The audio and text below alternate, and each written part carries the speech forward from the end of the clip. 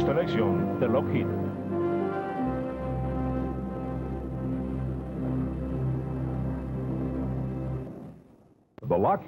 El Constellation de Lockheed simbolizó la enérgica reconstrucción de la aviación comercial después de la Segunda Guerra. Frecuentemente descrito como la reina de los cielos, era una de las aeronaves más poderosas y avanzadas de su tiempo. Sus muchas innovaciones técnicas se unieron en una verdadera historia de éxito. Las curvas distintivas de su diseño hicieron del avión algo lleno de gracia y belleza, palabras que raramente se utilizaron para describir un avión grande de 4 motores. Large 4-engine transports are not always aesthetic, but the Connie's lines demand admiration.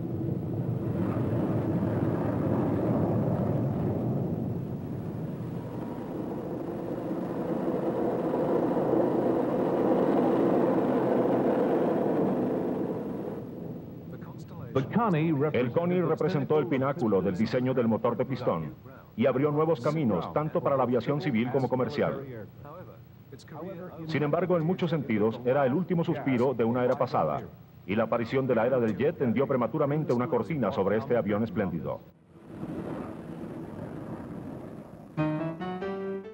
The Lockheed Company, with a heritage stretching back to 1913, had painstakingly built up a reputation for constructing excellent and trustworthy passenger aircraft. Commencing with the Vega and following up with the Orion, Lockheed's reputation blossomed. They became associated with the famous names of aviation between the world wars. Wiley Post and Amelia Earhart both flew Lockheed aircraft. The list of records set in Lockheed planes grew rapidly. The company products were not simply a successful reworking of the day's technology. They were innovative and influential. Lockheed had a succession of talented designers. Jack Northrop was followed by Gerald Vultee. When both of these men had gone off to found their own companies, Lockheed retained the services of a team led by the greatest engineering double act in aircraft history, Paul Hibbard and Kelly Johnson.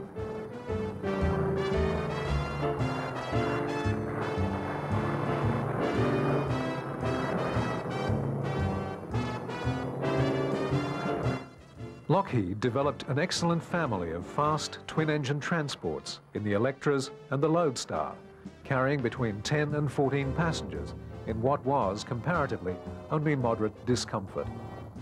In 1938, Howard Hughes piloted a Super Electra around the Northern Hemisphere in just over 3 days and 19 hours. Hughes' respect for Lockheed was cemented, and later he turned to the company in trying to fulfill his aviation ambitions.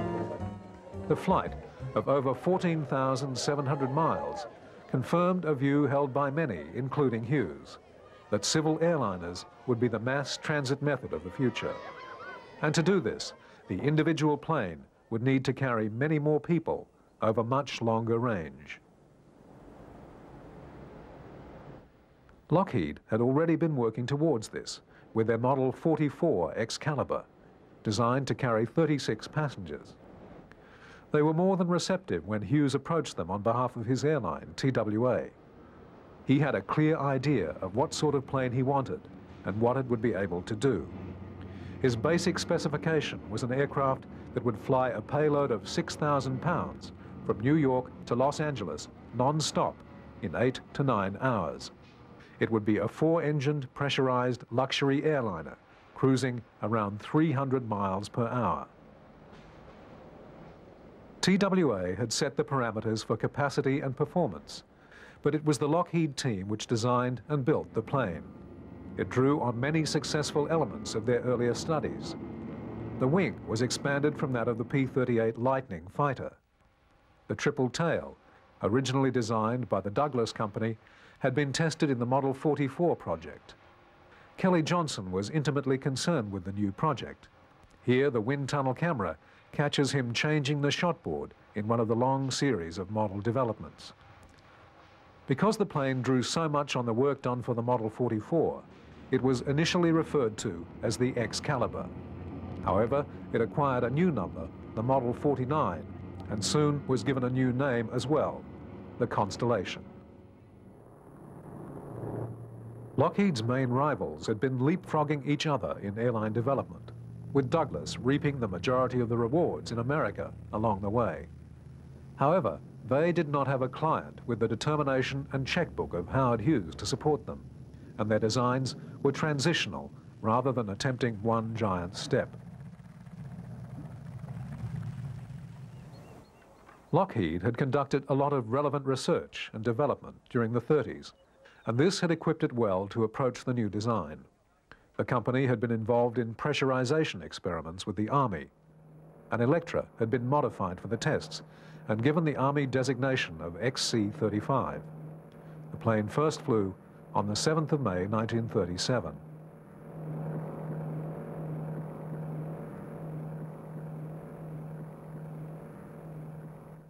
With the information derived from these tests, Lockheed were able to devise the Constellation system.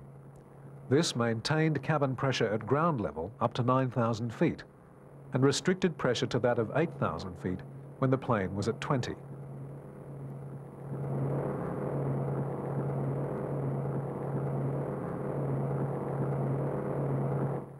The XC-35 was, in effect, a practical advantage that Lockheed held over their rivals. In a similar way, a lot of the expensive development of the wing shape had already been born in the design of the Lightning.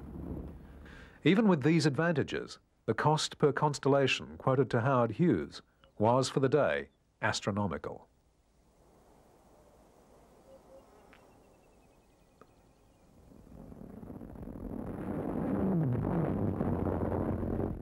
Hughes' determination funded the development from his first meetings with the company in June 1939. However, progress was slow.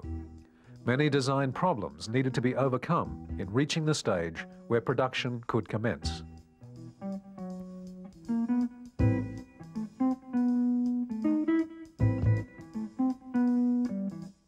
Perhaps because the company had not built such a big aircraft before, Lockheed's team were very flexible about their approach. The series of decisions that set the Connie's shape serves as an example. Large engines working at low revs were less likely to feel stressed and break down. So, a combination of such engines with large propellers was suggested. The large propellers demanded absurd ground clearance and a very long forward undercarriage. To shorten that wheel strut, the nose is bent down. The large area of disturbance from the propellers suggests the triple tail will not work in flight. However, a more efficient single tail will not fit into a hangar. The solution? Curve the fuselage upwards and take the triple tail out of the propeller turbulence. The plane that results has a straightened S for a centerline in the side view of the fuselage. And it works. As a bonus, it's also beautiful.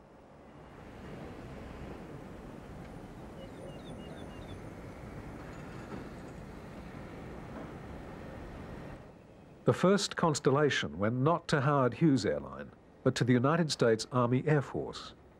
War had swept up the US, and civil aircraft production had become another arm of the war effort.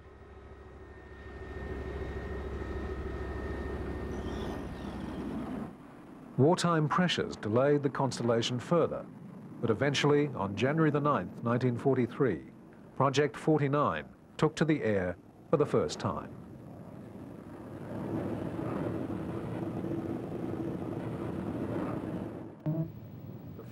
El primer avión fue el prototipo y no se construyeron modelos de transición. Antes de la entrada de Estados Unidos a la guerra se habían hecho muchos pedidos y en 1942 el ejército norteamericano añadiría uno más por 300 Constellations. La mayoría de estos tendría motores más poderosos.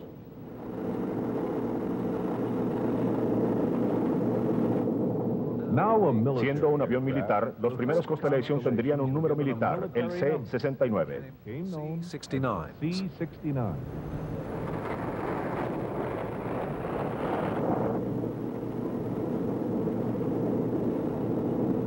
Los C-69 no tuvieron un buen inicio.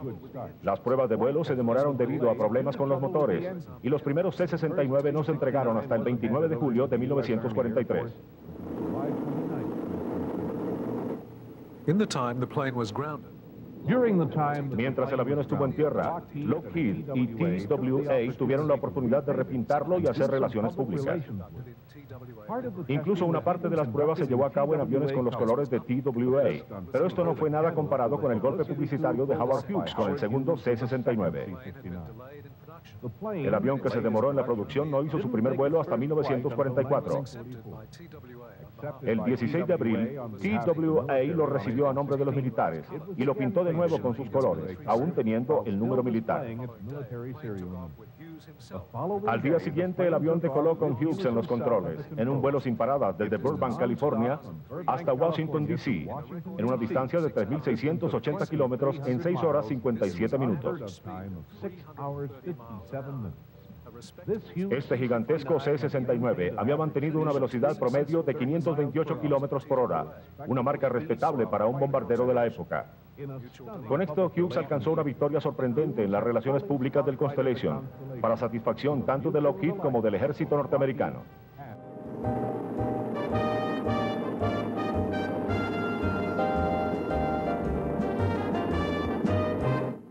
After the record flight, the plane was kept in Washington for a week of displays and inspections before being delivered to the Army. Over the next 18 months, the C-69s were to make a number of significant long-distance flights and set a series of records.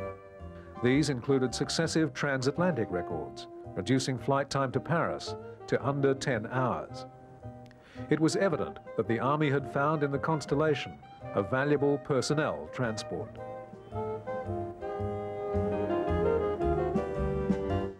The C-69 could carry up to 64 fully armed troops, or alternatively was capable of transporting a light tank or other medium vehicles.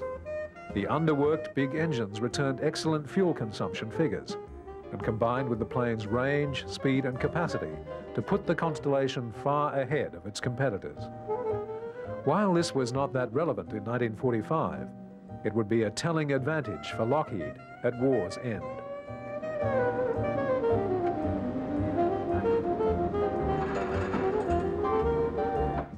Even though there was a clear need for cargo planes, the Army never placed a high priority on Constellation construction. Under Army direction, Lockheed concentrated on production of other warplanes. In addition to its own Hudson and Lightning designs, the company was heavily involved in construction of Boeing's B-17.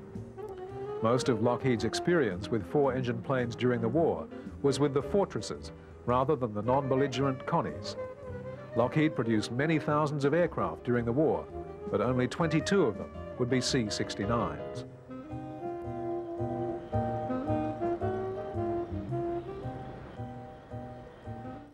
Army orders for hundreds of C-69s were never fulfilled. Only 15 had been delivered when the war ended, with another 7 planes almost completed. In addition to Lockheed's production being directed to other types, the Constellation used the same engines as the B-29 Superfortress, and few of the power plants were allocated to the program. The engines had teething problems, and a shortage curtailed production. Testing was disrupted, with frequent groundings of all types using them.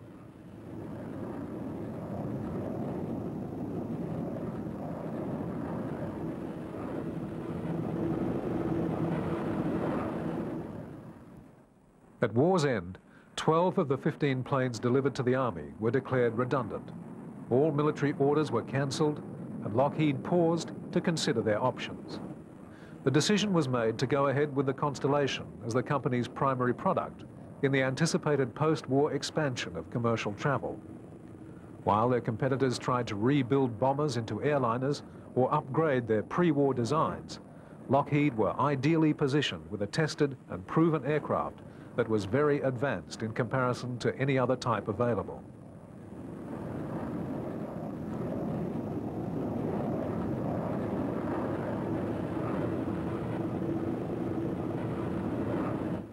By buying back C-69s from the Air Force, including those partially built at the factory, Lockheed were able to offer customer airlines new aircraft almost at war's end. Pan Am were the first to receive these refurbished Army planes, and the Connie made its first commercial flight on the 3rd of February, 1946. 3 days later, TWA introduced its Constellation service, first on the transatlantic route, and then a month later, commencing transcontinental flights in the US. Competing carriers were mostly relying on DC-4s, and the Connie had no problems outperforming the older Douglas plane. The efficiency of the Constellation was undeniable, and within 2 years, TWA's rivals on the transatlantic route had been forced to change to the Lockheed plane themselves. In effect, the Lockheed decision gave them an 18-month lead over their competitors at Boeing, Douglas, and Republic. This was clear to the airline operators as well. Within a week of the war's end, the company had orders from 8 airlines for over 100 Constellations. The contracts totaled over $75 million and allowed Lockheed to retain its skilled workforce as production of the Connies was stepped up. The original batch of ex-military planes was soon used up, and new examples started to roll from the factory. Though intended for civil use, they were still the basic C-69 as ordered for the Army.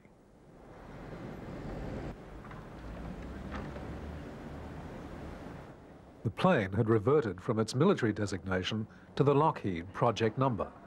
Thus, the basic aircraft was referred to as the Model 49. During the war, Lockheed had advanced 5 further studies for improved Constellation variants, and these were given an extra numeral, the first being Model 149, the second 249, and so on. One of these projects had been for a long-range bomber variant of the plane, but the other 4 were all transport versions, 3 being improved civilian airliners. There were 73 civil Model 49s, including the recycled C-69s. Their immediate availability after the war gave Lockheed the time to refine the Connie further before releasing the first truly civilianized version.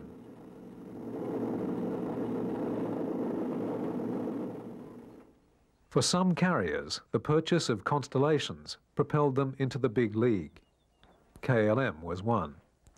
As early as November 1946, they had transferred their transatlantic route to Lockheed Model 49s, and the Connies served the airline well from then into the mid-50s. By that time, KLM was a major world airline with a massively expanded network of routes.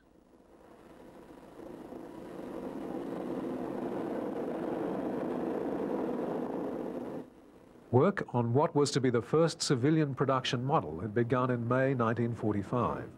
This was the Model 649, developed in conjunction with Eastern Airlines. Among the many developments introduced with this model was the SpeedPack external cargo bay. This was another example of the Lockheed team's lateral thinking. The Connie offered little cargo space when laid out for maximum passenger carriage, but had power to spare. To avoid cutting back on the number of passengers, additional cargo space was bolted to the outside of the plane. This increased goods carriage by 8,000 pounds at a penalty of only 10 miles an hour in speed. The model also introduced a new and more powerful version of the engine, rated up to 2,500 horsepower. The 649 first flew on October the 18th, 1946. It was a notable advance on the Model 49 in many aspects. Major improvements had been made to soundproofing and cabin air conditioning, giving a far more pleasant ride than any other airliner at that time. Eastern began to advertise their planes as the gold plate Connies. They began operating services in May 1947. Overlapping with the deliveries of Eastern's 649s came another new version, the 749. This had been developed as a Lockheed no desperdició tiempo en mejoras adicionales al Constellation. Incluso cuando el 649 salió para Eastern, un nuevo modelo, el 749, estaba siendo desarrollado. Diseñado como avión de pasajeros de largo alcance para operaciones transatlánticas, se basaba en el 649. Las alas tenían tanques adicionales de combustible que ampliaban su alcance en 1.600 kilómetros. Podía volar desde Nueva York a París sin parar. Las mejoras posteriores crearon una nueva subdivisión, el 749A. Fue empleado por primera vez por Air India y servía junto a los Constellation adquiridos previamente. Las mejoras apuntaban a incrementar el peso bruto al decolaje, elevando la capacidad de carga en casi 2.500 kilos. Durante su carrera también el peso mismo del Constellation había aumentado progresivamente. El C-69 original tenía un peso máximo de 36.000 kilos, que el 749A incrementaba hasta 54.000. Al tiempo, su alcance se amplió desde 3.840 kilómetros hasta 4.800. Muchos de estos avances provenían de aviones anteriores y borraban las distinciones entre los diferentes modelos.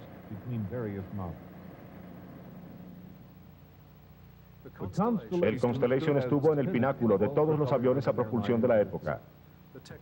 La tecnología de los propulsores era altamente avanzada. Con sus cuchillas reversibles, el Connie podía desacelerar rápidamente al aterrizar e incluso retroceder hasta el estacionamiento. Por supuesto, los propulsores podían apagarse totalmente, reduciendo así el arrastre en caso de que un motor tuviera que apagarse.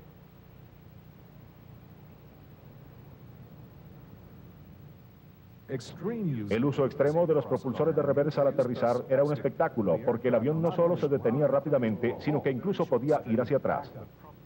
Backing up.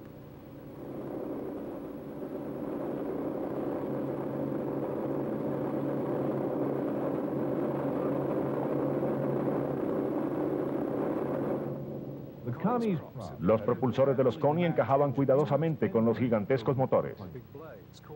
Las cuchillas grandes ocasionaban algunos problemas con el tren de aterrizaje cuando el avión se levantaba del suelo, pero eran más las ventajas que se alcanzaban en vuelo. Los motores enormes andaban a una velocidad muy baja, sin desgaste, y consumían cantidades mínimas de combustible. Even if two were to cut out, and even if both of the engines on one side had to be shut down. By setting the plane to demand so little of its power plants in normal operation, Lockheed built in an enormous reserve.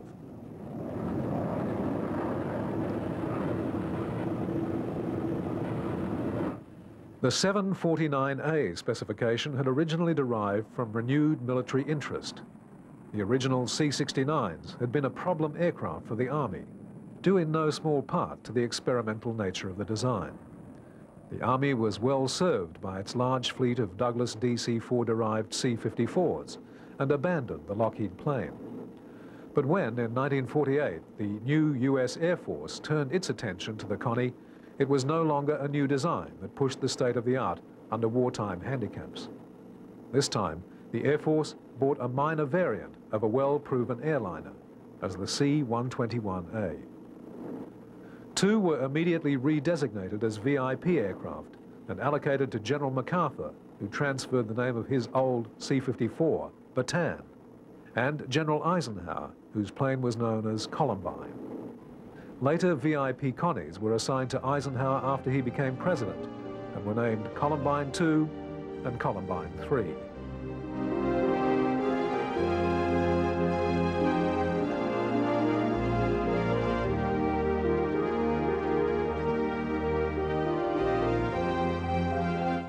The non-VIP C-121As were used as cargo and personnel transports and had strengthened floors and large rear fuselage cargo doors. Over the next few years, the original Air Force order of 10 aircraft were all reconfigured as VIP planes. The first was delivered in December 1948 and the last in March 1949. They soldiered on for nearly 20 years of service and were not retired until the late 1960s. The return of the Constellation to Air Force service was followed by interest from the Navy, and a new military role dawned for the plane. The C-121's career was to be very long and very influential, and redefine the military use of large transport aircraft.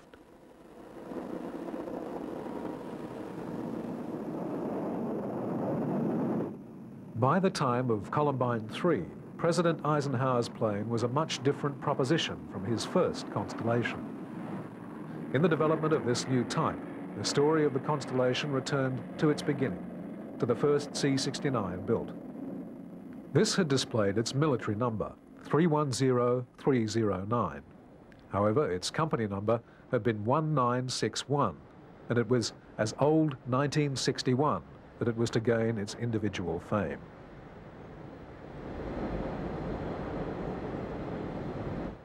During the war, the first Constellation had served its share of Army duty.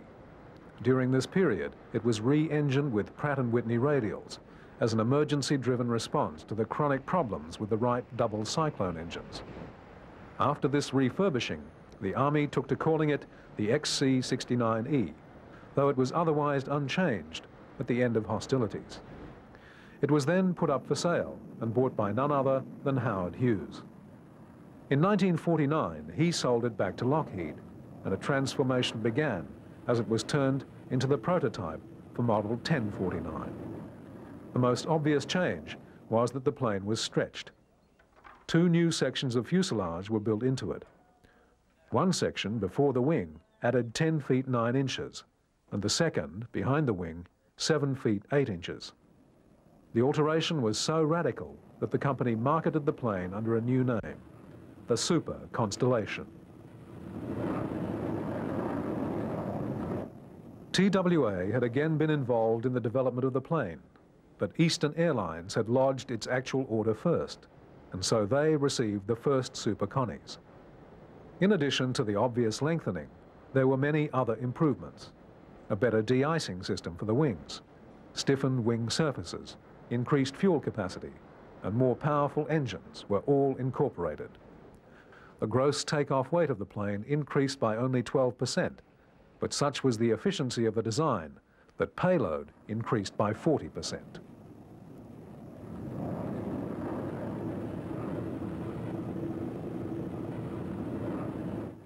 Seating was available to cater for between 69 and 109 passengers, as Lockheed devised a variety of layouts.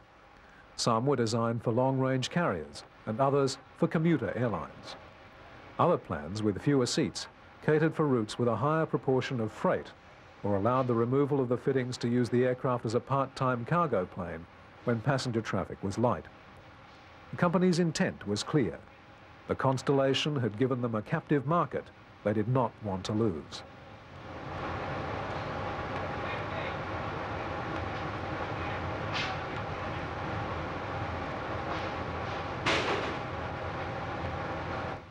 The new planes were assembled in Lockheed's appropriately named Hall of Giants.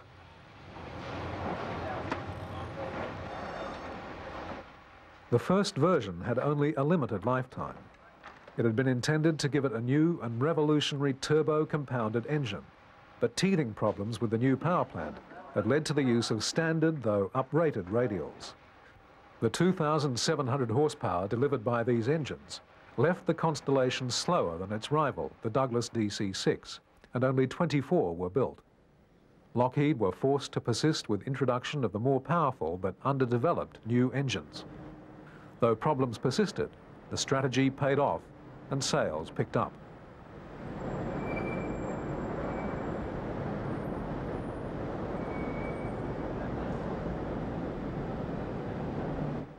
With the introduction of the new engines, the plane received a further 20% boost in its weight-to-range ratio. All comparisons with the opposition were redressed, and orders resumed their earlier, hearteningly busy frequency. This beneficial change was in part forced on the company. They had had enough of unproven engines earlier in the Constellation's career. However, the military were very interested in an uprated Super Connie, and much less so in the underpowered original model. Not only did the re-engineering rekindle civilian sales, but the new Super Constellations were to be the test bed for a revolution in military aviation.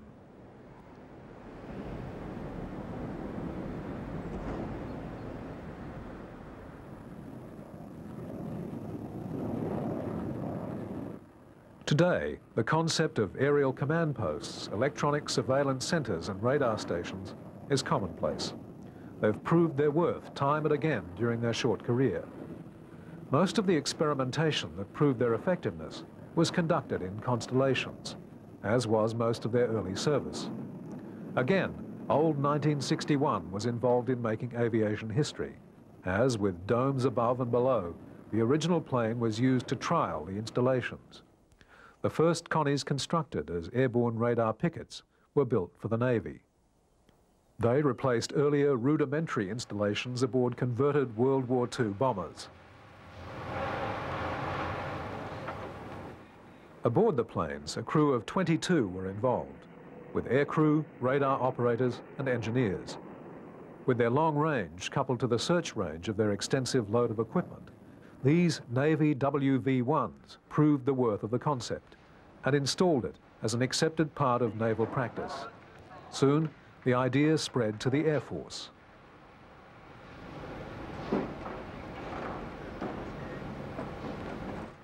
The Air Force had placed orders for Super Connies for use as conventional transports, but C-121s would not be delivered as such until 1956. Before any transports could be built, the Air Force acknowledged their better use as airborne early warning aircraft and changed the order for the first 10 to its own flying radar pickets as RC-121Cs. These planes, loaded with 15,000 pounds of radar equipment, would cruise at 335 miles per hour for up to 24 hours on patrol. The RC-121C was similar to early Navy Super Connies, with their height-finding radar housed in the 8-foot-tall hump, and the bearing scanner located in the ventral dome. The RC-121Cs entered service in 1953 and were mostly employed in patrolling the western seaboard of the USA. They were followed in 1954 by the first of an order for 72 RC-121D Warning Star aircraft. In addition to the passive role of detection, these incorporated offensive activity as control centers for the guidance of fighter interceptors.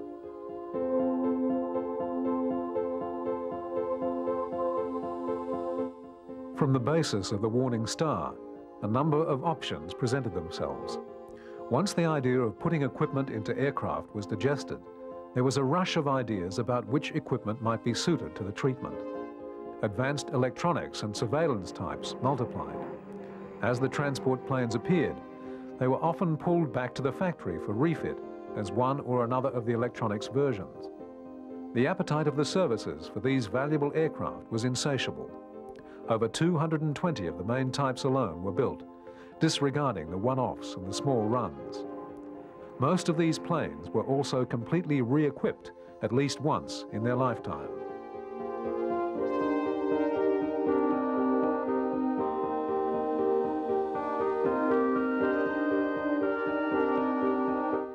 Between the Air Force and the Navy, over 25 different designations were used to identify versions of the radar-equipped Connies and their control center brethren.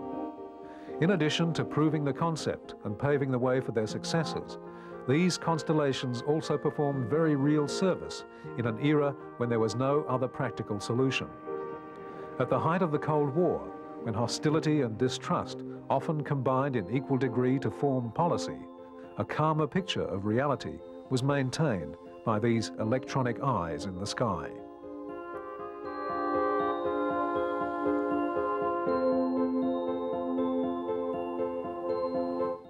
In 1962, the RC designation was changed to EC, and the electronics Connies were to earn their later Vietnam fame under that designation. They were a pivotal factor in US defensive strategy and had become as important as the cargo-carrying versions were dispensable. Despite using non-standard fuel and requiring piston engine maintenance that was an almost dead art form, the Connies were nursed along. Old age and technological redundancy could not undermine their essential functions, and some were to remain in service until the early 1980s. Their longevity was helped not only by their expert care, but by the excellence of their original design and construction.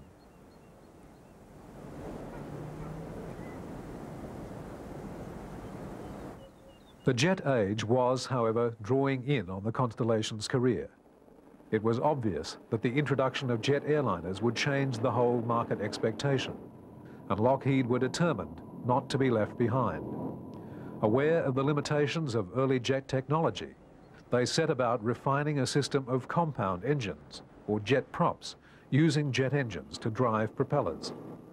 They'd already extended the piston engine by the use of turbines driven by the exhausts. These had added 20% more power to the engines, and with a peak of piston engine development. Employing a jet and prop combination was designed to extract maximum economic... La de jet prop estaba diseñada para extraer la máxima eficiencia económica de ambas tecnologías. Una vez más, el 1961 era el campo de prueba de un hito de la aviación. El marco venerable se fijó en un turboprop de Allison. Este motor no salvó al Connie, pero sirvió como cimiento de uno de los aviones más exitosos de Lockheed, el C-130 Hércules. También está en el corazón del exitoso programa el Electra de Lockheed, que renovó la vida de la compañía en el mercado civil. Pero el avance más depurado de Lockheed, y en alguna medida su más grande decepción, el Starliner, estaba por venir. Anyone taking a jet-powered version seriously, even though the finest development, the Starliner, was yet to come. With a new wing shape and other major revisions, the Starliner carried Lockheed's hopes of continued dominance of the long-range airliner market. However, though orders for Super Connies didn't dry up immediately, there was no flood of orders for the new plane.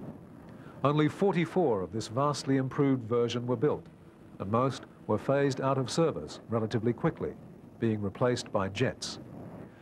The improvements made to the Starliner were numerous, and it was undoubtedly the finest piston-engined airliner of all time. But it was too late. Lockheed's enterprise, imagination, and innovation continued to work around the Constellation, and several refinements, including the now familiar revolving antenna, were developed and tested with Connies.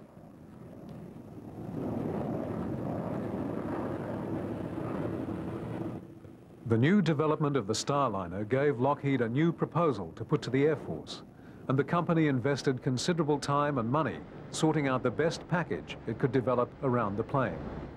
The revolving dish was only one of the systems developed for the submission.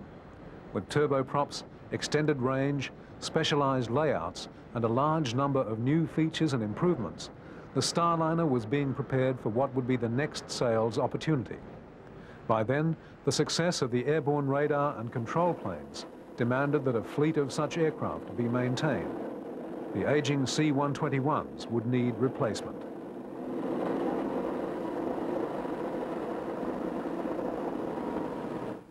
By the time the competition was announced, Lockheed knew that no matter how excellent their proposal was, they didn't really stand a chance.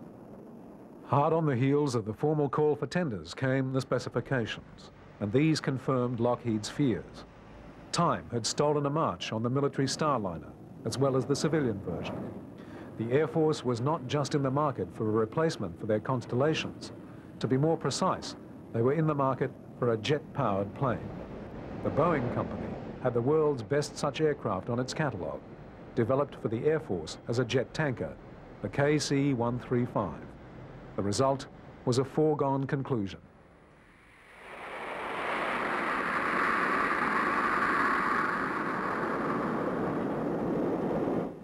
However, sin embargo, el Connie parecía tener más vidas que un gato, y la aparición de su reemplazo no señaló el fin de su carrera militar. Así, mientras el jet había desplazado a los Constellation civiles, la Fuerza Aérea y la Naval permanecían satisfechos con la habilidad del Connie para hacer el trabajo.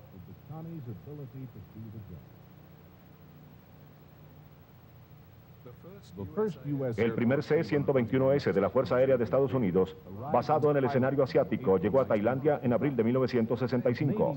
Pero los aviones de la Naval fueron los primeros Connie en servir en Vietnam, empezando sus misiones en agosto de 1964, durante el incidente del Golfo de Tonkin. Los Constellation volaron durante la guerra y su contribución fue invaluable.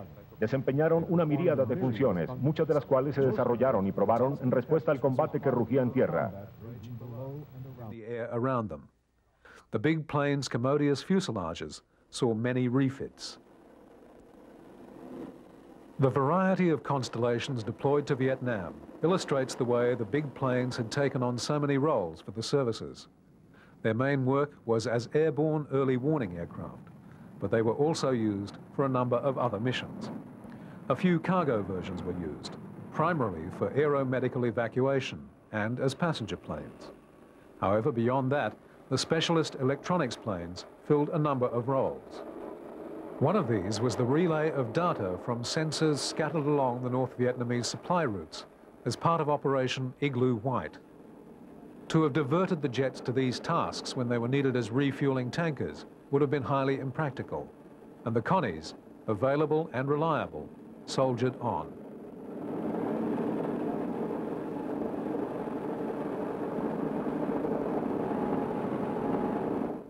The Constellation's original deployment to Vietnam was essentially defensive. They were to be used to provide a radar picket to guard against North Vietnamese bombers attacking targets in the south. However, this proved to be a short-lived need, and the duties that kept them in the theatre were over a broad spectrum. One of the most unusual roles the Connie was called on to perform fell to this plane, an NC-121J of the Navy's Development Squadron VX-8. The designation was given to a group of planes that were variously modified to secret specifications. There was no conformity within the designation. It was, effectively, a grab bag for various one-off Connie versions. This plane, for example, had its own special fit and its own special mission.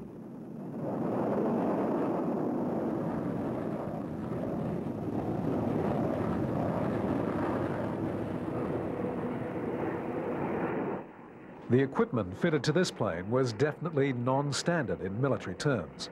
These 2-inch tape players were the ultimate in professional television formats at the time. The duty of the aircraft was to serve as a television and radio broadcaster for the armed services networks. By hauling the transmission aloft, the service was taken out of range of Viet Cong interference. Ground-based transmission would have required infrastructure which, as a tempting target, would have needed constant guard. The quietly plodding Constellation transmitting from on high made the maintenance of service broadcasts practical.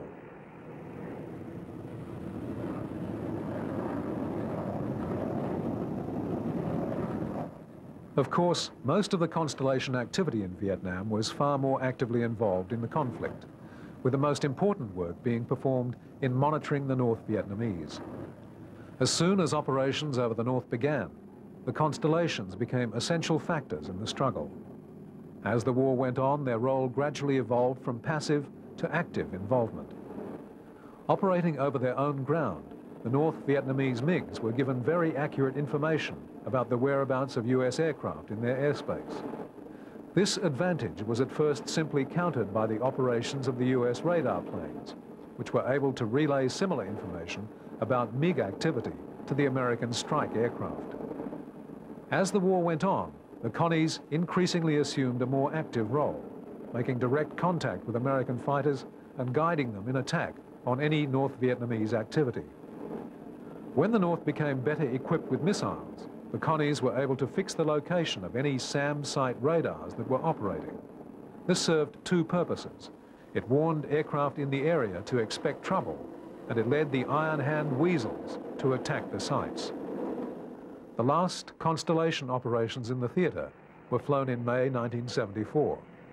Well after the last operational strikes by US forces, the big observers continued their monitoring. By then, it was 25 years after the first electronics refitted Connie had so impressed the Navy. It was also 31 years after the first Constellation flight.